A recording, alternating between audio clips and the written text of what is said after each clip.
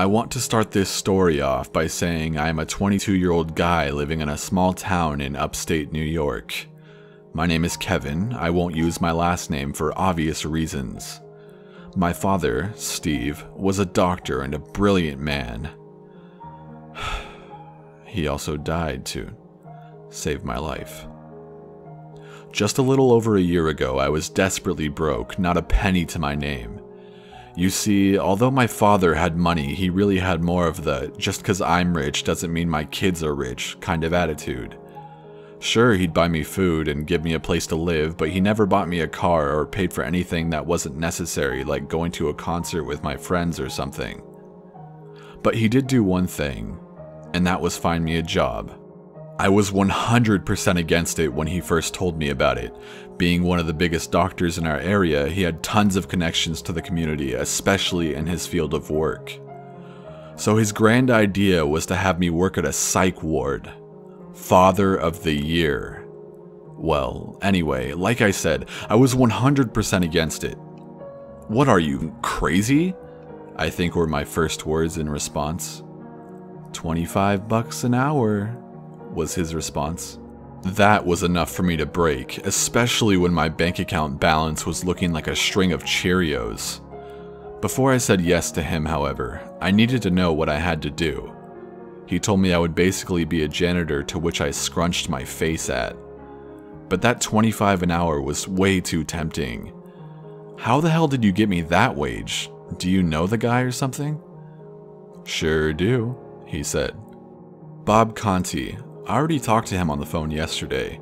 You walk down there tomorrow and you tell him your pop says, 'Lay off the gold chains.'" I was never going to say that to him. The next day I rode my bike the 6-mile journey to Williams Asylum. The bleak white painted building had no life to it. It gave a crawling feeling to my skin. The front doors creaked when I opened them, the peeling paint crinkling under my fingers.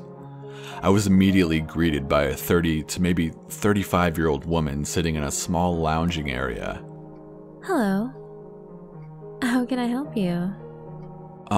Hi, I'm Kevin," I said uneasily. "Yeah, so I think I'm supposed to meet with Bob? Bob Conti?" "Oh, yes. Bob is in his office right now. If you follow me, I can bring you right to him." Okay," I said as she was standing from her desk. She walked in a calm fashion, her high heels echoing off the corridor halls, clacking on every step, her brown hair bouncing along with her rhythm. A little overdressed for her job, I thought. "Bob! Bob, you have a visitor!" "What's your name again?" "Kevin." "Kevin is here to see you!" "I'm Tammy, by the way." The door opened moments later with a tall man standing on the other side. "Hello there, Kevin," he said in a tired voice. "How can I help you?" "Yeah, my father talked to you on the phone about starting work here. He told me to talk to you," I said, unsure of the actions to take next. "Oh, right. Well, first off, I should start by showing you around the place," he said, leaving his office. "Your main job will be feeding the patients and washing the bathrooms and generally just keeping things clean around here." "Feeding them?" I questioned, uneasy of the task. "Well, really, all you have to do is just put a lunch tray through the feeding slot in their cells. It's not like you're spoon feeding them," he explained. I gave a sigh of relief. His way of speaking of the patients gave me chills. He referred to them almost as animals or something. "Conti, is that Northern Italian?" I asked, just trying to get to know him a bit. "What's that?" he said with a twist on his face. "Conti, that's Italian, right?" I asked again. "Oh, Conti, I thought you said Monty," he said jokingly. "Yeah, Northern Italian. Good guess." I laughed and asked him to tell me a bit more about the job. "There are only 10 patients here, one of which is in a 24-hour solitary. Not to scare you, but I must tell you, he is a murderer.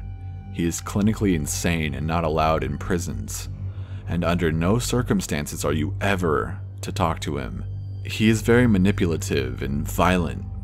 Please, for your own safety, if you ever have a concern or question about him, come to myself or Tammy," he said with a serious look in his eyes.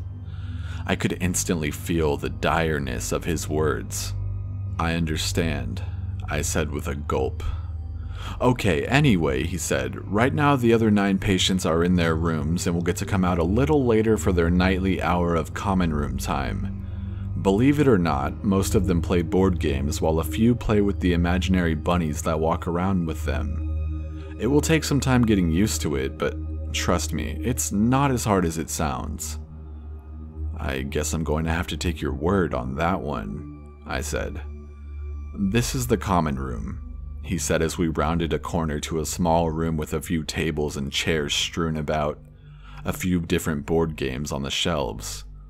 "All you have to do is sit right there for about an hour and make sure nobody kills anybody." My jaw dropped, unable to say anything.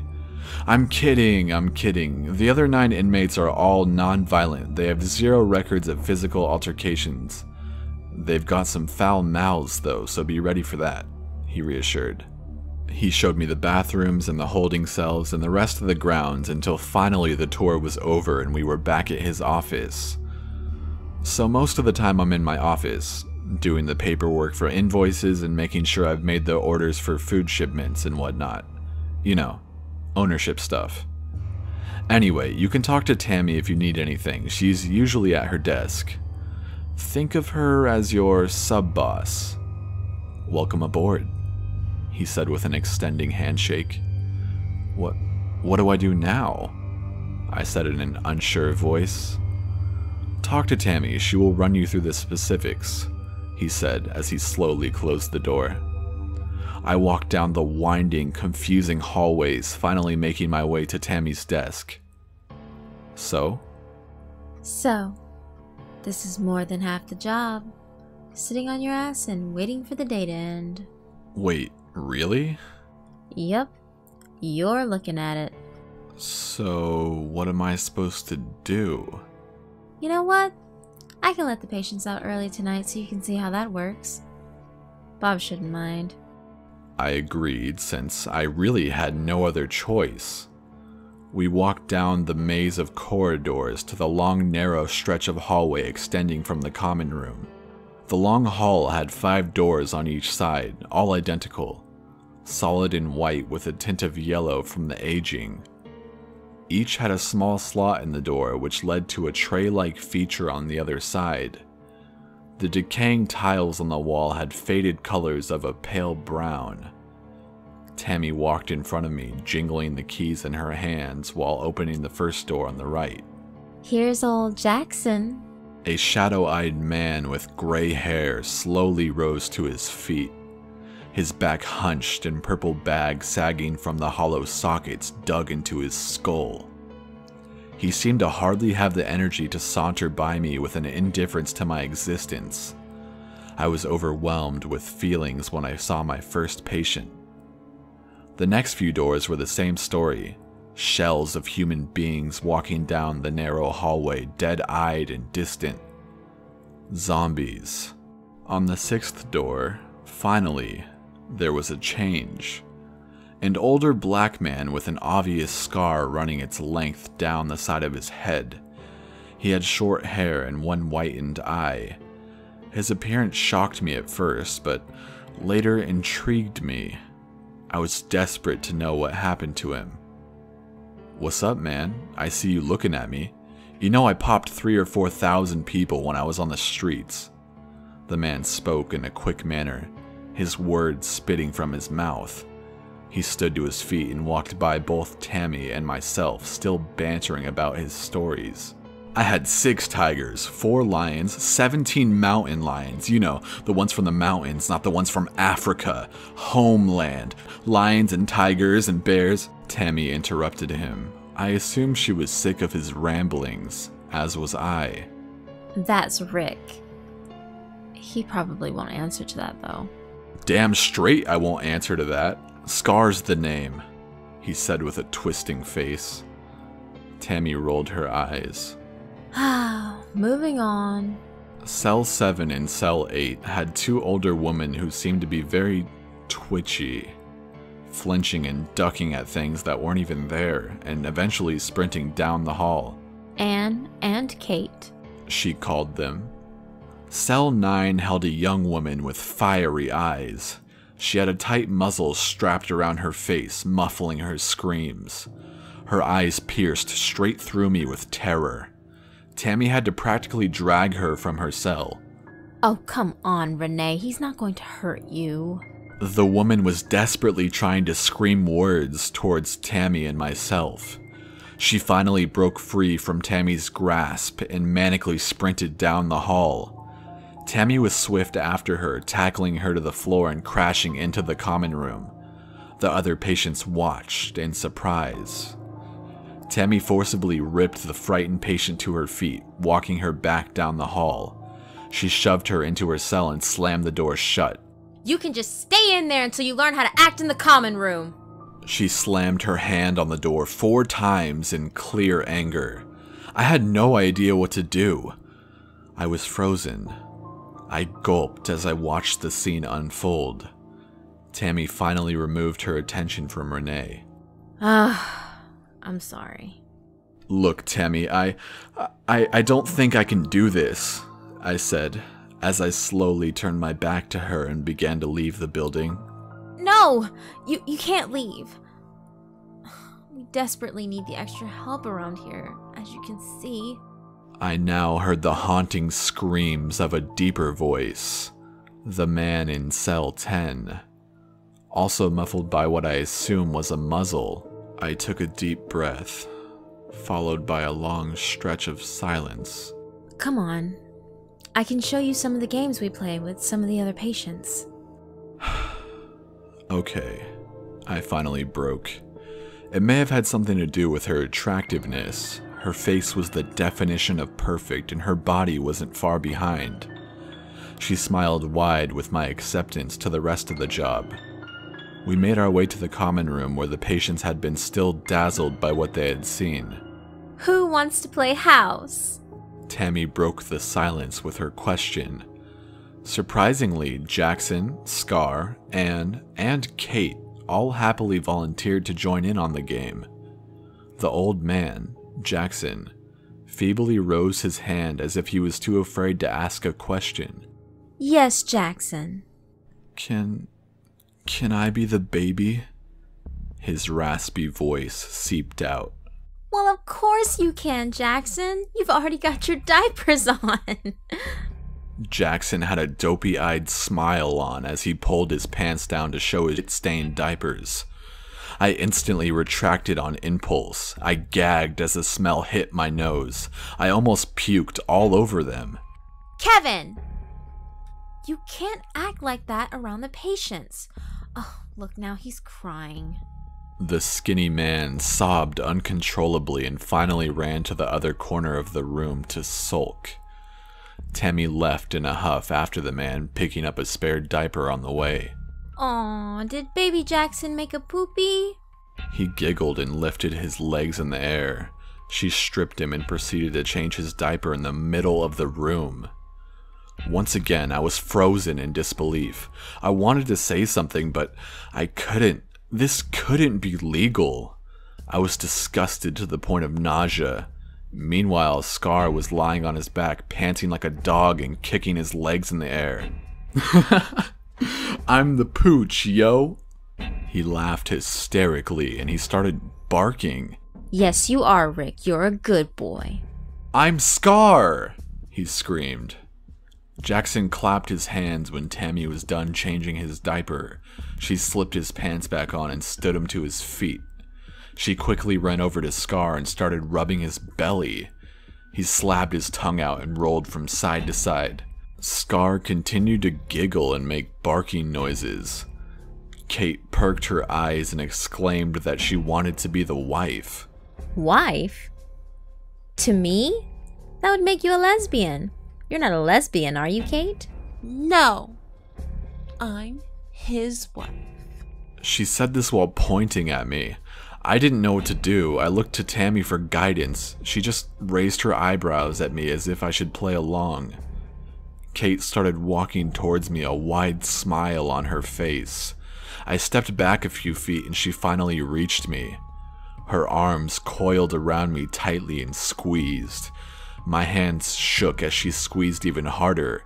I glared at Tammy, waiting for her to do something about it. She's just playing, Kevin. Are you sure? I hardly managed to squeak out. Finally, Kate loosened her grasp and stood back. I took a breath in the momentary calmness. Her hand struck back up and clenched my face. Now, me, she said as she pulled my face towards hers. I twisted my body from her and shoved her away. Tammy quickly intervened and reprimanded Kate. I stormed out of the room, unable to process what was going on. I ended up sitting down in the front lobby, breathing heavily and staring out the front door. Looking back, I have no idea why I didn't just walk out at that moment and just be done with it. Something told me to stay. I could distantly hear Tammy's screams to the patients, sending them all back to their rooms, clearly angry with Kate's behavior.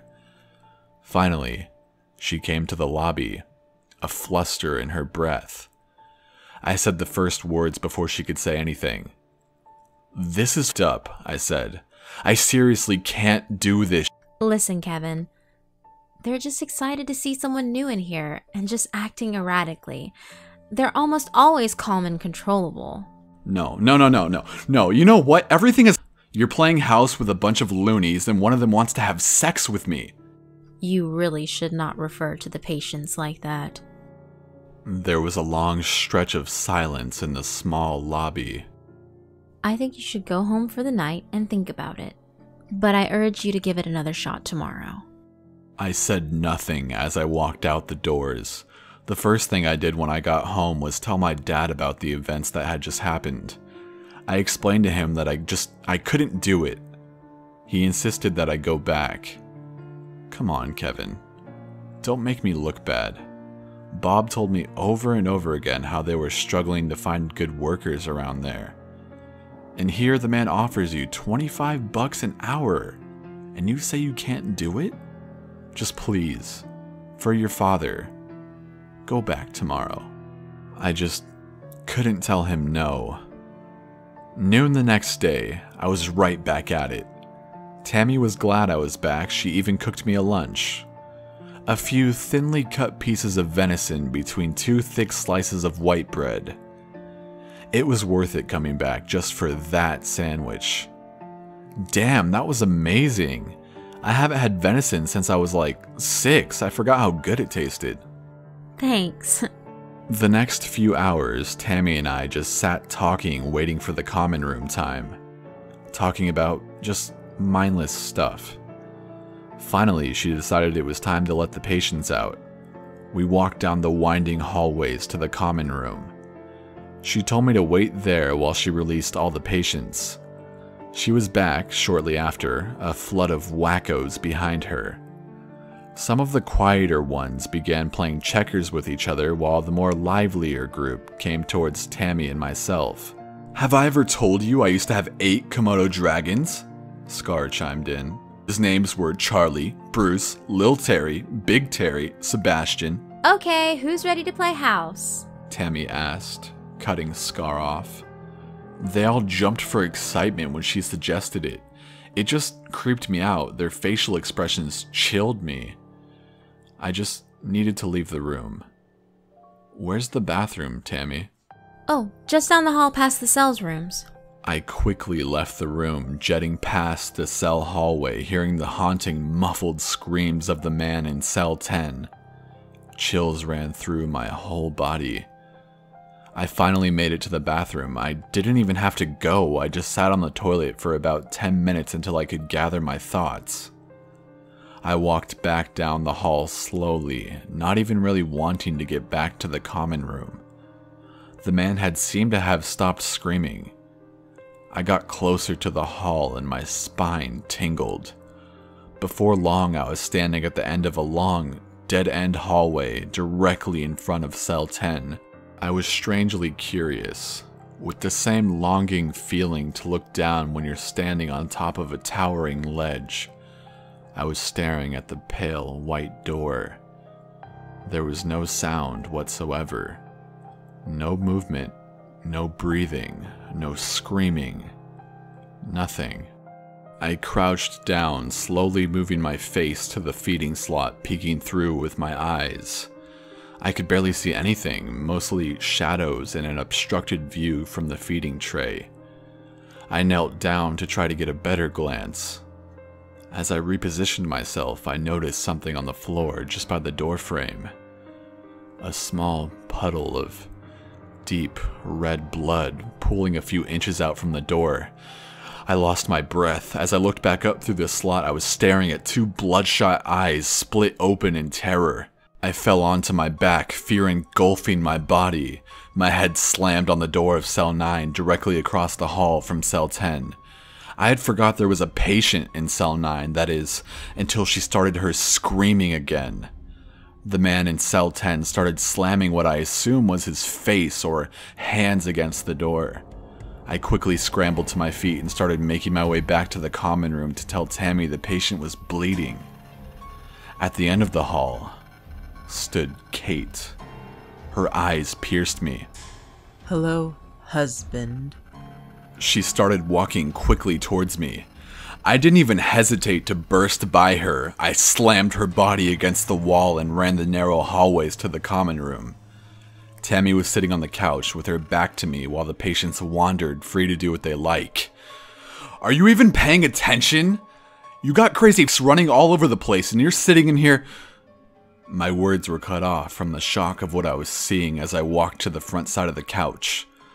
Jackson laid on his side, his head in her lap, while he sucked on her exposed nipple.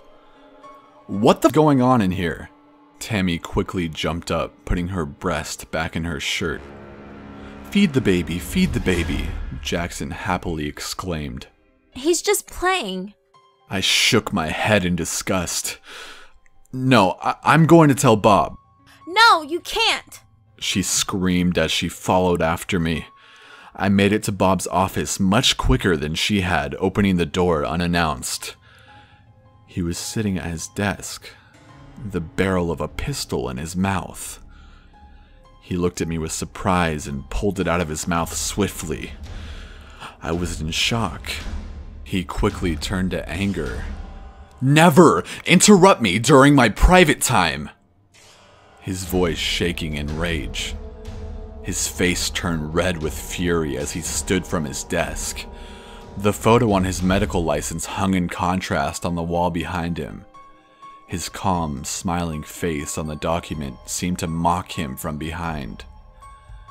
I looked at the photo with more focus. Dread seeped into my soul, for I came to realize the man in the photo on the wall and the man behind the desk were not the same people. My heart sunk. I had no idea what to do. I backed out of the office slowly until I came into contact with Tammy. She was hysterical and screaming that I not tell Bob.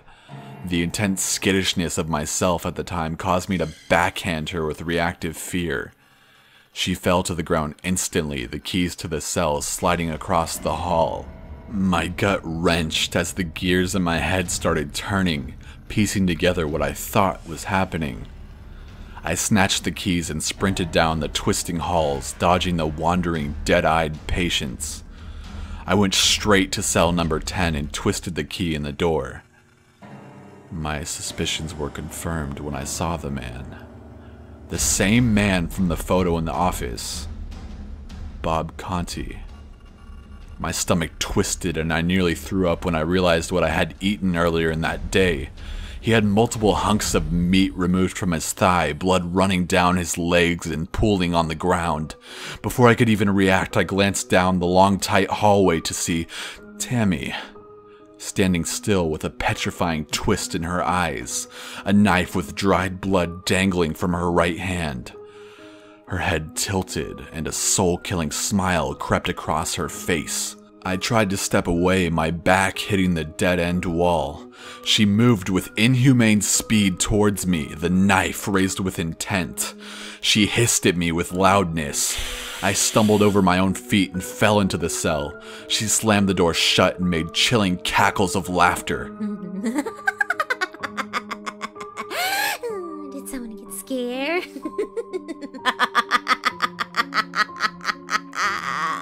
She jabbed the knife through the hole repeatedly, laughing with insanity.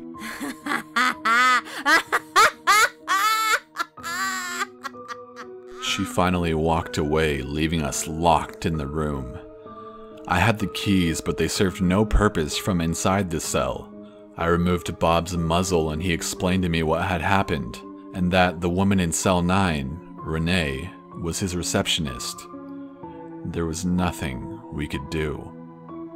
I spent the next 18 hours in that god-forsaken cell, waiting for my death.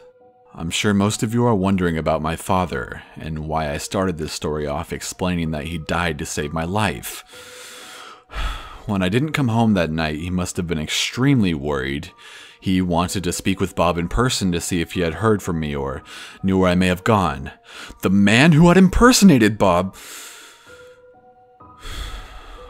The man who had impersonated Bob shot and killed my father. But not before he called the police to let them know something was wrong. The man behind the desk died in a shootout with the police, and they had to use a blowtorch to open the doors to both cell 10 and cell 9. Renee was somewhat back to normal within the first year, but Bob never recovered. I honestly don't think I have either. The police say there was never a woman in the building or around the area that matched the description of Tammy. It's been a year now. The reason I'm telling this story today is because last night I saw Tammy. There's no mistaking it. Her face has been burned into my mind. She was standing in front of my house, just staring with those cold eyes. I have no idea how she could have found me, no explanation whatsoever. I'm in serious fear for my life. I've already contacted the police and they will be keeping an eye out on my house day and night. I can't live my life like this.